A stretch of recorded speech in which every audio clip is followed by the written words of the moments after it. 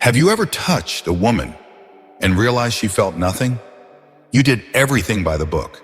You leaned in at the right moment. You brushed your fingers along her back. You held her hand with care, but there was no spark, no reaction, no shift in her breath, nothing. That's when most men give up, or worse, try harder, try too much. They mistake intensity for intimacy, performance for presence. But here's what they don't understand. A woman, especially a woman who's lived, who's loved, who's been broken and rebuilt, she doesn't respond to pressure. She responds to meaning. You can touch her skin all night and never get close. Or you can touch her once with intention, with awareness, and leave her thinking about you for days. Because what she craves isn't your hand, it's your energy, your steadiness, your ability to be with her without needing anything from her. That's what makes a man unforgettable. This isn't about tricks. It's not about seduction games or some adolescent fantasy. This is about becoming a man who knows how to hold space for her emotions, her desires, her vulnerabilities, and do it all without losing his own center. And yes, it starts with touch, not the kind that grabs, not the kind that claims, but the kind of touch that speaks when you don't say a word, the kind that tells her, you're safe here, you're seen, and you don't have to pretend to be strong tonight. Today, I'll walk you through 7 places to touch a woman, not to impress her, not to conquer her, but to connect, to truly connect. If you've ever wondered why some men leave a lasting mark and others vanish from memory, this is your answer. Let's begin. In Stoic philosophy, the strongest man is not the loudest in the room, but the one least shaken by it. He doesn't reach to impress, he reaches to anchor. Touch, for him, is not about control, it's about presence. While the average man touches to provoke a reaction, the Stoic man touches to communicate one thing. You're not alone, I've got you. The difference is subtle, but it's everything. The flirt grabs, the Stoic guides, the performer wants to be felt. The grounded man wants to make her feel. This is the art of masculine stillness. And if you're the kind of man who's not just chasing connection, but learning to embody it, you're in the right place. Hit that subscribe button join a brotherhood of men who lead with depth, not noise. And keep watching, because the first touch we'll explore holds the quiet power of protection without ever saying a word. Touch point number 1. The lower back, the unspoken vow to protect. Let's explore the first place where presence speaks louder than words. You're walking beside her, maybe through a crowded street, maybe up a flight of stairs in an old building that echoes with every footstep. There's no rush, no need to say much, just movement, just silence, just the two of you navigating the world together. And then, in a moment so subtle it almost escapes your own awareness, your hand settles gently, almost instinctively, on the lower part of her back. Not to steer her, not to claim space, but simply to say, I'm here. Move freely. I've got you. This is one of the most quietly powerful touches a man can offer a woman. Why? Because the lower back is more than skin and bone. It's a threshold, a space that's both strong and sensitive, exposed yet often forgotten. It's where instinct meets trust. When a woman feels a man's hand there, light, steady, respectful, her nervous system doesn't brace. It softens. Something ancient in her responds. She doesn't need to look back. She knows she's not alone. And that's the real purpose of this touch. Not seduction, not dominance, but reassurance. You see, a woman who has lived long enough has been let down enough. She's walked through rooms where she had to carry the weight herself. She's climbed stairs with no one behind her to catch her if she stumbled. So when she feels your presence at her back, not pressing, not demanding, just there, it tells her a story she hasn't heard in a long time. You don't have to do it all alone. But here's what separates the grounded man from the rest. He doesn't touch the lower back to be noticed. He doesn't look for a reaction. He touches because that's where a protector naturally stands. Not in front to control, not behind to push, but beside him, with a hand at the ready if she needs it. It's not about ownership. It's about offering refuge in a world that often forgets how vulnerable a woman's life can feel. So next time you are walking side by side with her, through a crowd, into a room, or even just along a quiet path, let your hand find that place just above her hips. No force, no agenda, just presence. Because when done with calm intention, this touch doesn't ask for attention. It earns trust, and in that simple, silent moment, you become something most men never learn how to be, her quiet anchor in a noisy world. Touch point number 2, the nape, where vulnerability meets permission. The second place where trust begins, quietly and always on her terms. There's a kind of silence that exists between two people when trust begins to bloom. Not loud, not obvious, just present. And within that silence, if you're paying attention, you'll see her do something rare. She turns her back to you. Not because she's ignoring you, but because without saying a word, she's allowing you close to one of the most tender places on her body, the nape of her neck. The nape isn't just sensitive, it's sacred. It's the place where instinct lives, where a chill can rise from the softest breath, where the memory of safety or danger lives long after the touch is gone. And that's why this isn't a place you just reach for. It's not earned by charm or cleverness. It's not granted to the loudest man in the room. This space belongs only to the man she trusts when her guard is down, or better yet, when she chooses to lower it. If your fingers ever find their way to this place, whether brushing her hair aside or letting your hand linger gently at the top of her spine, you must remember this is not a conquest. It's a quiet moment of permission. The skin here is delicate, but it's the meaning that makes it powerful. Because when you touch the nape with patience, with reverence, with steady hands and no demand, you're not just touching her skin. You're touching her history, the chapters she doesn't read aloud. And here lies the insight few men understand. You don't close the distance by pushing forward. You close it by creating a space she wants to step into. That's the Stoic way. A man grounded in himself doesn't force closeness. He allows it to happen. He stands calm and clear, allowing her to decide when she feels safe enough to open the door. And if she does, if her breath slows as you brush your fingers along the back of her neck, if she leans in instead of away, then understand this is not about seduction. This is sacred ground, because to touch her nape is to touch her trust. And that is something no performance can buy and no impatience will ever earn. Touch point number 3, the arm, touching her thoughts without interrupting her words. The third place where connection deepens, quietly, gently, and with full attention. You're sitting across from her, maybe in a dimly lit cafe, maybe on a park bench as the late afternoon sun brushes across her face. She's speaking about something real, something that matters. Not small talk, not surface stuff, but memories, regrets, hopes she's never voiced to anyone else. You're listening, not to respond, not to fix, but to understand. And in that sacred space between words, your hand reaches out, softly, slowly, and rests on her arm. That's it. No gripping, no stroking, just presence, just warmth, just awareness. It's such a simple gesture, and yet done with intention, it becomes a bridge, a silent reminder that her words don't fall into a void. They land in you, fully, gently, unshaken. The arm is one of the most overlooked touch points, but it holds remarkable power. Why? Because it's neutral enough not to invade, but close enough to communicate sincerity. Touching her arm during a vulnerable conversation is like tuning into her frequency. It tells her, I'm right here, with you, not just physically, but emotionally. There's something primal in the way we feel touch on the arms.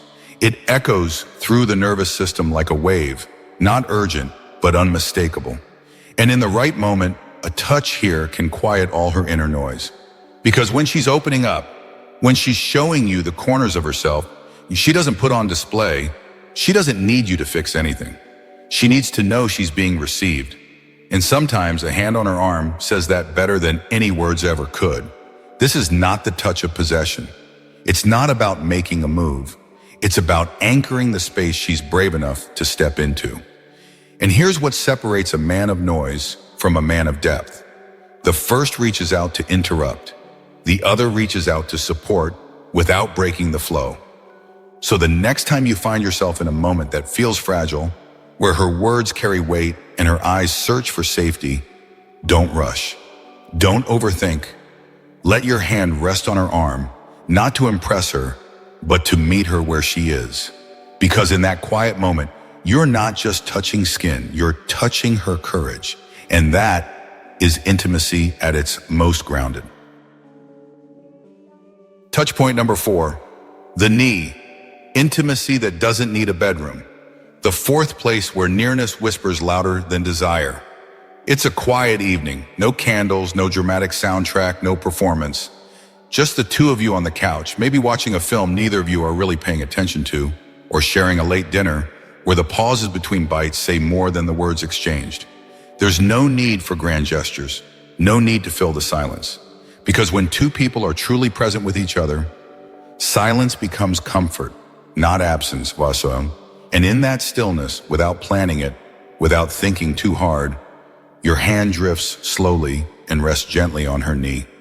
No movement, no squeeze, no implication, just a soft presence, anchored, warm, intentional. That single touch, though so seemingly casual, holds within it the kind of intimacy most men chase but never learn how to create. Because the knee is a strange place. It's not overtly sexual, but it's not impersonal either. It's close, just close enough to feel intentional, but far enough to remain respectful. And that's what makes it powerful. This kind of touch doesn't shout. It doesn't demand her attention or seek a reaction. Instead, it gently enters the space between comfort and curiosity, offering a reminder that closeness isn't always about escalation. Sometimes it's about simply being near. You see, in a world that's obsessed with rushing into the physical, the man who knows how to hold space without rushing stands out. She notices, not because you made a move, but because you didn't. And yet, your hand was there, grounded and calm, not needing to travel anywhere else, not needing to turn the moment into something more, because you understood something deeper. That intimacy begins long before clothing comes off. It begins in moments like this, unspoken, relaxed, where skin meets skin, not out of hunger, but out of mutual presence. To touch her knee is to say, I don't need to take you anywhere. I'm already with you here. It's a kind of patience that feels rare to her, a kind of confidence that doesn't need to prove itself, and a kind of restraint that paradoxically feels more seductive than any act of boldness. The Stoic man knows this. He doesn't rush. He doesn't perform. He simply offers himself fully to the moment and lets her feel what so many forget to give, emotional nearness that doesn't require physical escalation. Because the man who can sit beside a woman, touch her softly and expect nothing in return, is the one who lingers in her memory long after the room is emptied. Touch point number 5, the waist, the place between passion and presence. The fifth place, a threshold where strength meets softness, and where presence, when offered gently, can awaken something far deeper than desire. There's something uniquely human about the waist, a part of the body that is both central and exposed, strong and vulnerable. A place where movement begins and where closeness, when expressed with awareness, feels almost primal. When you're dancing slowly, perhaps in a room lit only by the sound of your shared breath, or when you're walking beside her beneath city lights, or simply wrapping your arms around her from behind as she makes coffee in the early quiet of morning. Your hand resting at her waist becomes a silent message, one she doesn't need words to understand. That message is simple. You're not alone anymore. You don't have to carry everything by yourself. Because when a man places his hand there, not to possess, not to press, not to demand, but to offer stillness in steady warmth, he tells her something her body hears even before her mind can catch up. I'm with you. You can breathe now. The waist is an intimate place, not because it's inherently sexual, but because of how close it brings you to the core of who she is. And that closeness, when handled with restraint, carries a tension that's far more powerful than anything rushed or forced. A woman feels everything in that touch. She senses whether you're holding her to fill your own emptiness or whether you're meeting her with fullness, anchored in yourself, expecting nothing, offering everything. This is where most men fail. They tighten their grip when they feel her relax, mistaking surrender for something to own, when in truth that surrender is a fragile gift, one that must be held, not seized.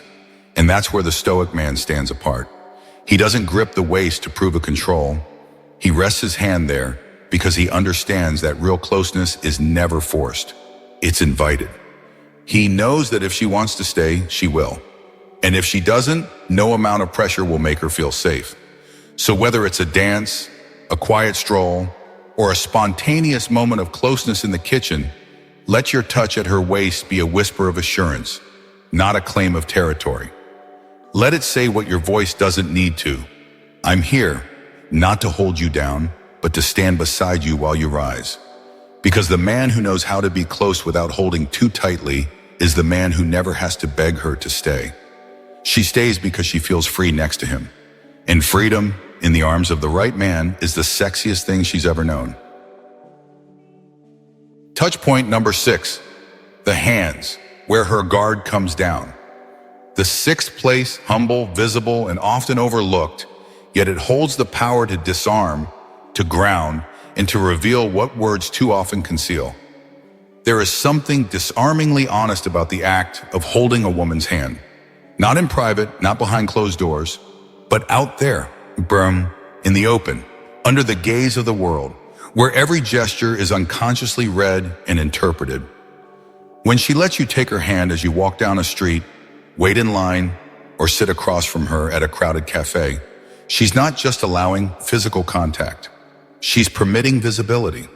She's giving silent consent to be seen with you, beside you, as hers, and more importantly, as someone she trusts to stand beside her.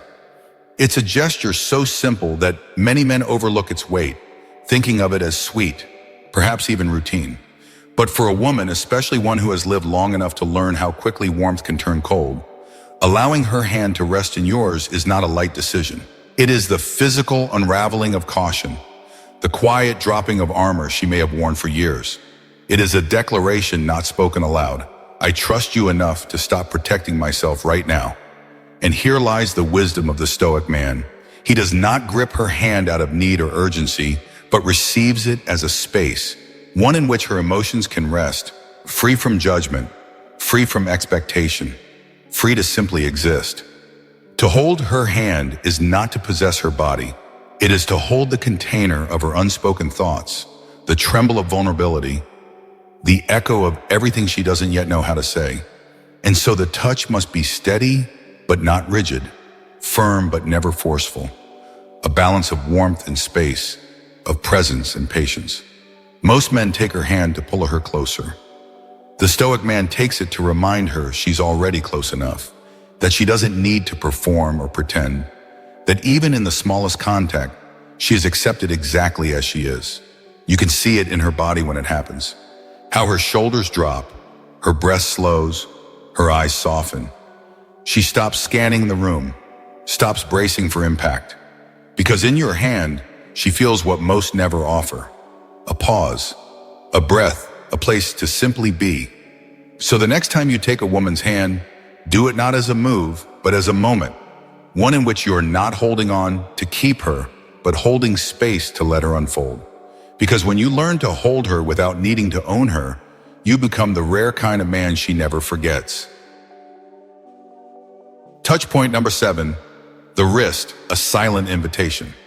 The seventh and final place, small, unassuming, and often passed over, but within it lies the quietest form of seduction, one that asks for nothing yet lingers long after you've gone. There's something hauntingly intimate about the wrist. Perhaps it's the way the skin thins there, revealing the delicate rhythm of her pulse. Or maybe it's the nearness to the heart, an unspoken symbol of openness, of surrender, of permission granted in silence.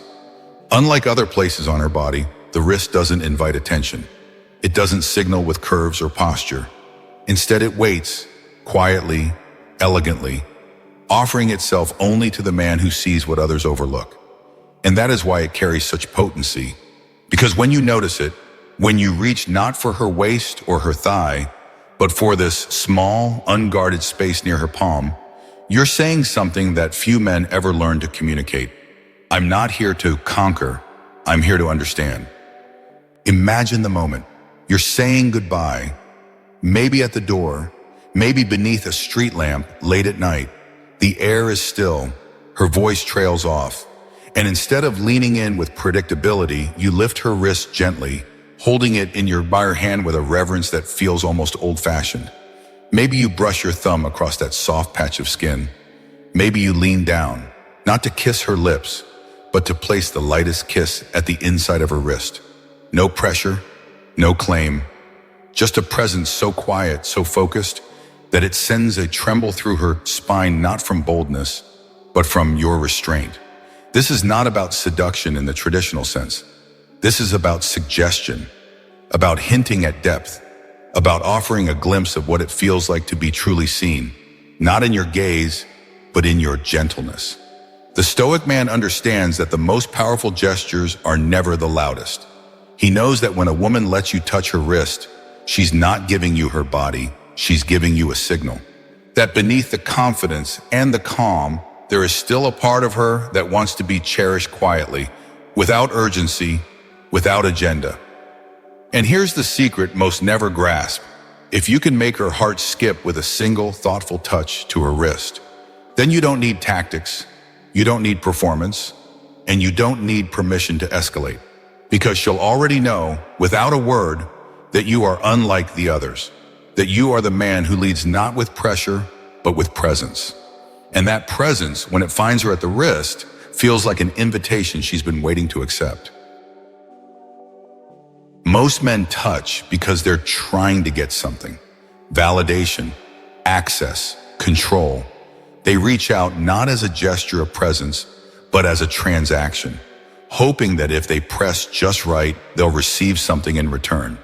But the man who is anchored, the man who has walked through his own fire and no longer seeks to fill his emptiness with someone else's approval, he touches differently. He doesn't reach to possess. He doesn't reach to prove. He reaches because he has something to give. His touch doesn't ask, it offers. It's not about conquest, it's about capacity. A man who is whole does not touch to complete himself. He touches to let her feel what wholeness feels like. That is the Stoic difference.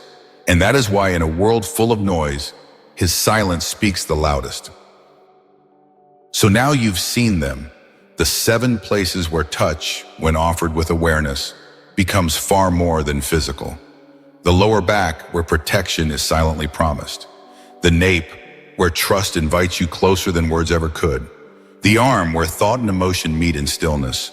The knee, where quiet intimacy thrives without urgency. The waist, where presence stands firm between desire and restraint. The hands, where her guard finally drops. And the wrist, where suggestion replaces seduction with something infinitely more powerful. These aren't moves, they're not part of some strategy. They're invitations, soft, patient, deeply human invitations, into the space between her armor and her truth. And if you notice something about every touch we explored, none of them asked for permission to escalate. None of them were about what you could take. Every one of them was about what you were willing to hold, with reverence, with steadiness, with strength that doesn't need to shout. Because here's the truth.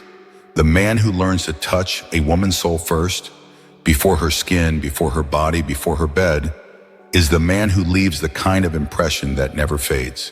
She won't remember the line you used. She won't remember the place you went, but she will remember how it felt to be beside you. Seen, safe, desired, without needing to perform. And if something in you stirred while watching this, if a part of you recognized yourself not in the man who takes, but in the one who offers, then this space is for you. Hit subscribe, not just to support this channel, but to stay in conversation with a brotherhood of men who are no longer chasing approval, but choosing mastery.